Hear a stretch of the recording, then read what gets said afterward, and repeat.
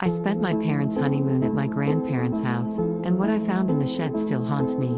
At 13, I was left at my grandparents' house during my parents' honeymoon. Then every night I kept hearing weird noises. On the third night, my curiosity was itching. I grabbed a flashlight and stepped outside. It was pitch black. The noises seemed to emerge from the shed, and hesitation gripped me. I opened the door.